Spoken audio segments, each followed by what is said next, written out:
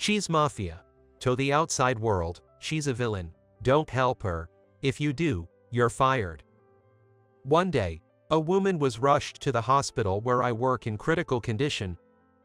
As I moved to assist the severely ill woman, Director Hamilton came running in, yelling at me to abandon her. "It's all on you personally. This will be the end of your medical career. Ha, tough luck." The day after I risked my job to save her life, a luxury car was parked in front of the hospital, and a line of men in black suits stood waiting. I'm John Miller, just an everyday emergency physician. The job of an emergency physician has become known as cool and impressive thanks to being depicted in dramas and movies. But if nothing happens, it's not that busy a job. However, once an accident occurs, it gets busier than any drama could depict. When many emergency cases are brought in, used gauze gets thrown on the floor, and harsh words fly around at the scene. It gets so noisy that voices can't be heard, people bump into each other, and stumble over carts carrying equipment. In such life-saving scenarios, hierarchies hardly matter. Even I would follow orders from a junior if they were best positioned to instruct. What we emergency physicians always prioritize is saving our patients. So, it's perfectly normal for me to assist a junior who is managing a patient. But that's only during busy times. Normally, even as doctors, our jobs are not much different from office workers. We're not doing sales or paperwork, but it involves the same sort of mundane office life. I've been in the emergency medical team at this hospital for 20 years, and that hasn't changed. Emergency medicine is so busy that interns often request transfers to other departments, but I've been committed to this field for all these 20 years. That's why I'm considered a veteran. Good morning, Mr. Hamilton. As I spot Director, Mr. Hamilton, I stand to greet him. While it's good to make daily rounds and check on the hospital status, it seems that Mr. Hamilton's purpose is somewhat different. The director's name is Tyler Hamilton. Mr. Hamilton's primary concern is simply whether something makes money or not. Though the hospital must be run as a business, I fundamentally disagree with his approach. Despite holding a medical license, Mr. Hamilton often acts in a manner unbecoming of a physician. I hear we had a traffic accident victim yesterday. How is she? One patient sustained severe head injuries and is in the ICU, still unconscious. Another suffered significant fractures and lacerations in the thigh and will be monitored here today before potentially being transferred to surgery if there are no complications. Emergency departments typically don't keep patients long. That would be the case in any hospital. That's fine then. Mr. Hamilton replies and then leaves, apparently having lost interest. We doctors, and even the nurses, cast doubtful glances at his retreating back. Why do we have to be so mindful of Mr. Hamilton?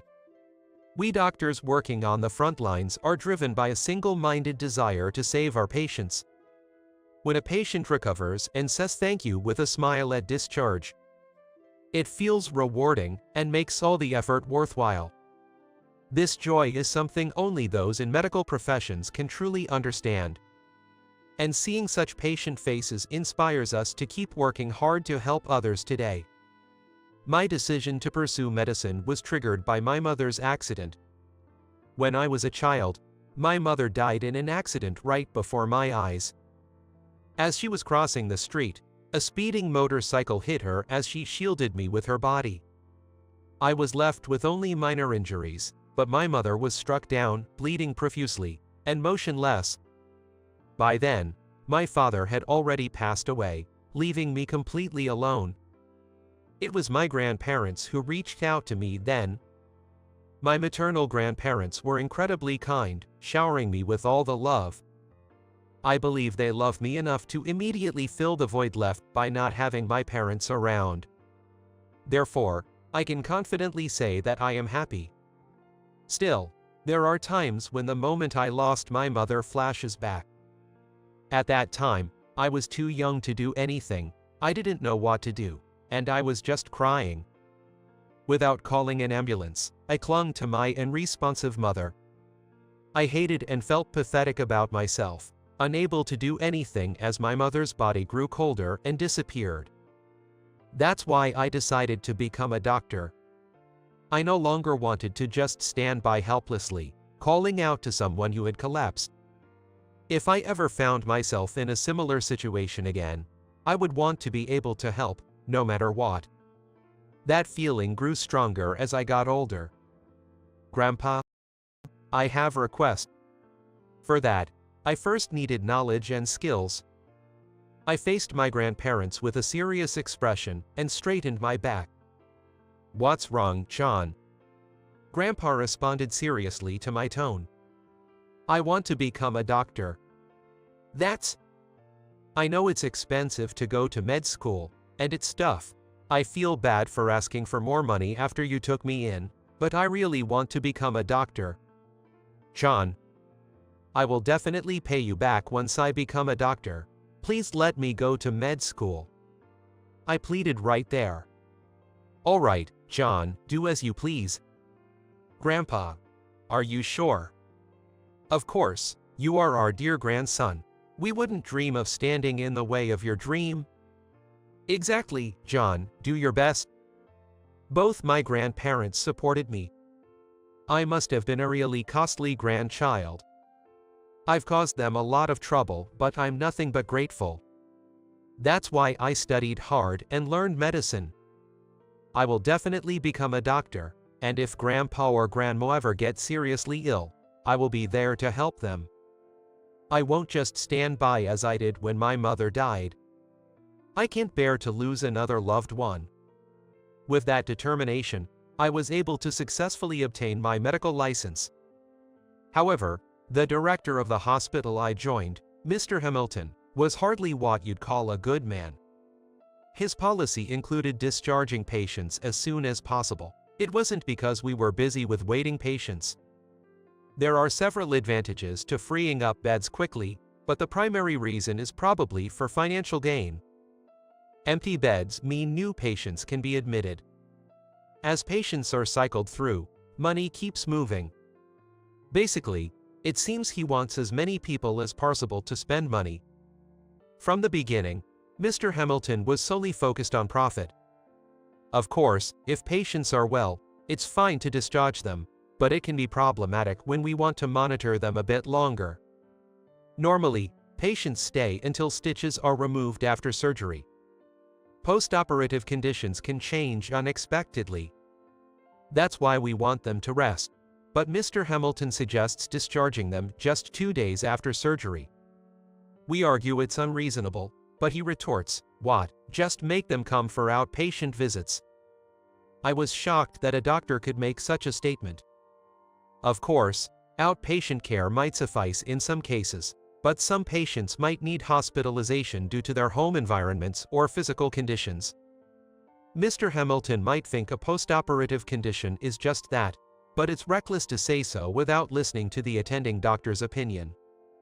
This is my hospital. Don't defy my decisions. Understand? Every time, I sigh at the statements Mr. Hamilton makes. Especially appalling was his remark the other day. Drive away any patient who's even slightly off. He said calmly and boldly. What does he mean by an off patient? These are people who come to the hospital because they are ill or injured. What a thing to say. Some patients may become disoriented due to a head injury or act out due to their condition worsening. Nurses approach these cases with great care, and doctors focus on treatment. Everyone is dedicated to thinking of the patient's welfare, yet Mr. Hamilton, of all people, should never say something like dismissing them. The duty of a doctor is to support his patients to the very end. Despite being a terrible director, this hospital is the largest in the region. Working at this hospital also serves to reassure my grandparents. Today, too, I'm heading to work at that hospital. Regardless of Mr. Hamilton, there are patients waiting for me. My job is to treat them and see them healthy and discharged. John, you can go for lunch now if you're ready. All right. Go when you can. The patients are stable, and we can handle anything that comes up with the doctors who are staying. Have a good lunch. This at A is recommended today. Hearing my colleagues, I decided to take a lunch break. Usually, I hardly ever get a break, so I grab whatever quick snacks like donuts or a sandwich that I can eat with one hand. Sometimes, the situation is just stuffing myself whenever I get the chance to eat, so being able to sit down for a meal is a luxury. Considering that, I really got to enjoy my meal today. The combo I was recommended was a steak with some French fries, which I savored thoroughly. But as I was finishing my meal and heading back, an emergency call came in. I rushed to the emergency entrance just as the ambulance arrived. A junior waiting there briefed me on the situation. The patient is a woman in her 40s. She was hit by a car, and is bleeding from her head. She's unconscious. An accident? I'm not sure, but she's the only one brought in. Seeing the woman being taken out of the ambulance on a stretcher, I instinctively frowned. She was wearing a dress so clearly expensive and elegant that even a layperson could tell it's high quality. The bleeding from her head was bandaged, and I could see a severe laceration as they moved her into the examination room. Her leg also seemed to be bent in an odd direction. My mother. It instantly reminded me of the day my mother died. As a doctor, I shouldn't let personal feelings get in the way, but I couldn't help seeing my mother in this patient. I was determined to save her at all costs. With more resolve than usual, I prepared to transfer her. Okay, let's move her, 1, 2, 3.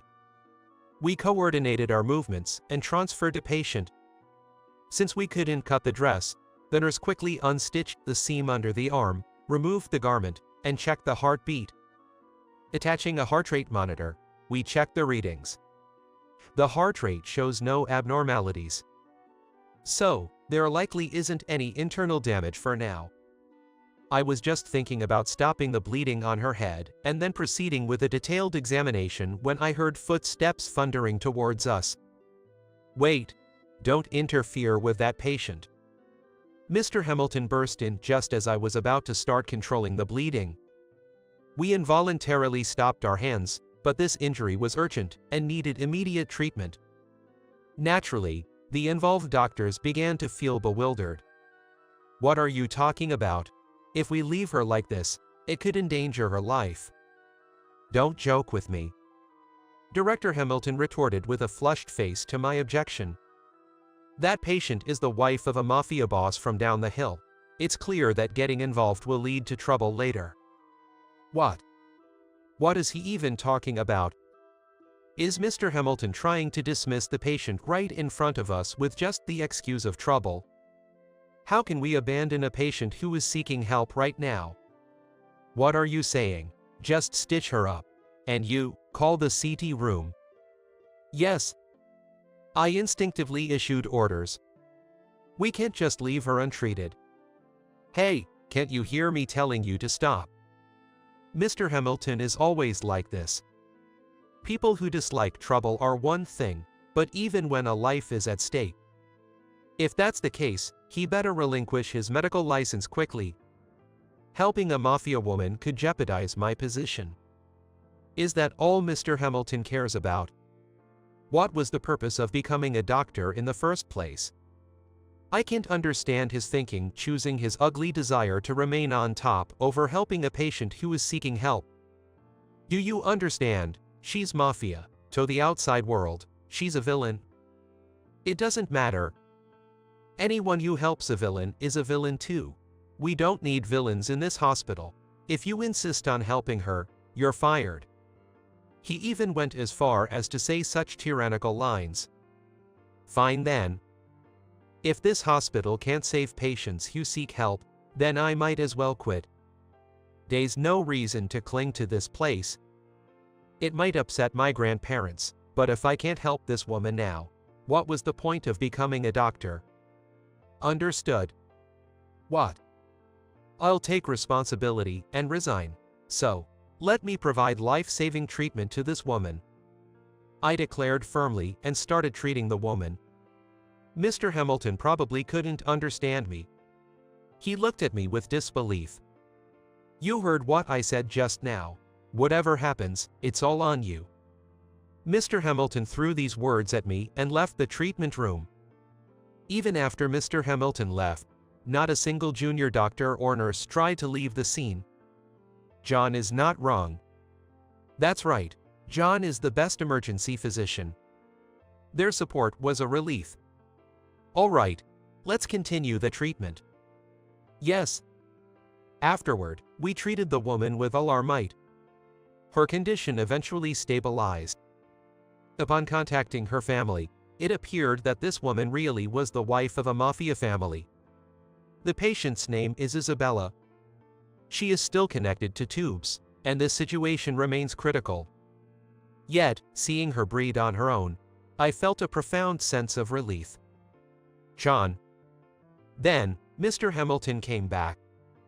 As you said earlier, you'll take full responsibility for that patient. Handle all the criticism from the public yourself. You are responsible for her until she is discharged. I intended to do that from the beginning. This marks the end of your medical career. Ha, tough luck. With a snort, Mr. Hamilton glanced at the sleeping patient and left the room. I realized it was already dark outside. Tonight turned out to be another overtime shift. As I was getting ready to leave, a nurse named Natalie approached me. She has been a steadfast veteran ever since she joined the emergency department. John. Natalie. John, please don't quit. Her words caught me off guard. It's okay. You know that other doctors here are good people, even if Mr. Hamilton is not, right? Smiling with a sense of relief, I replied and slowly left the hospital. The next day, when I arrived at work, there was a luxury car parked in the hospital's parking lot that was clearly recognizable to anyone. A black luxury car.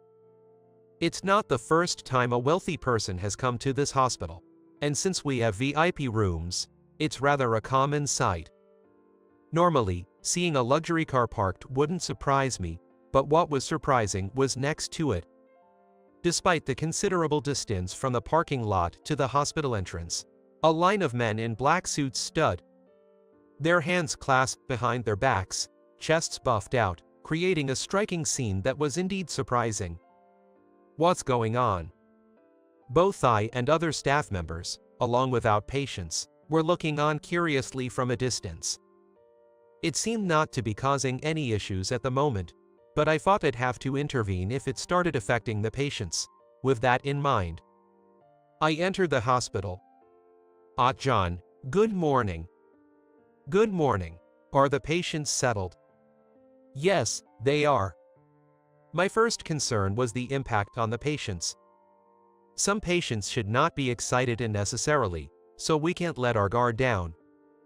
About Isabella. What about her? Well, those men in black suits out front, they seem to be her entourage here to visit her. So, the family of the mafia is here, then? While I was concerned that Mr. Hamilton might make a fuss, as the attending physician, I decided to go and greet them. There were many things to discuss with the family about her injuries, and what to expect moving forward. When I visited the room, many eyes glared at me, but when I introduced myself as the attending physician, they all greeted me in turn. Isabella's husband, Vincent, thanked me profusely. Thank you. My wife's survival is all thanks to you. You are a lifesaver for her, he said. It's good to hear she's doing well, I responded. While the term mafia might not conjure a good image, Vincent was glad for Isabella's safety and able to express his gratitude to the doctor who saved her. What makes him different from an ordinary person? I thought he was more principled than Mr. Hamilton here. Vincent, this Dr. Miller is a wonderful doctor. Is that so? Yo, that's great. Isabella had regained consciousness, and though she was not yet allowed to move much, she was slowly talking with her husband, Vincent. Dr. Miller, I was conscious when I was brought in yesterday. What? I didn't have the strength to open my eyes, but I was aware. So, I heard your conversation with that Mr. Hamilton. I'm sorry you had to hear such an unpleasant conversation. Such a conversation was not something pleasant for the patient to hear, especially at her most vulnerable moment. It could only have had a negative impact on her. What do you mean? Director of this hospital, Mr. Hamilton told everyone to abandon me. He said helping a mafia woman would only bring trouble, Isabella explained. What? Vincent's voice deepened with anger. It was to be expected.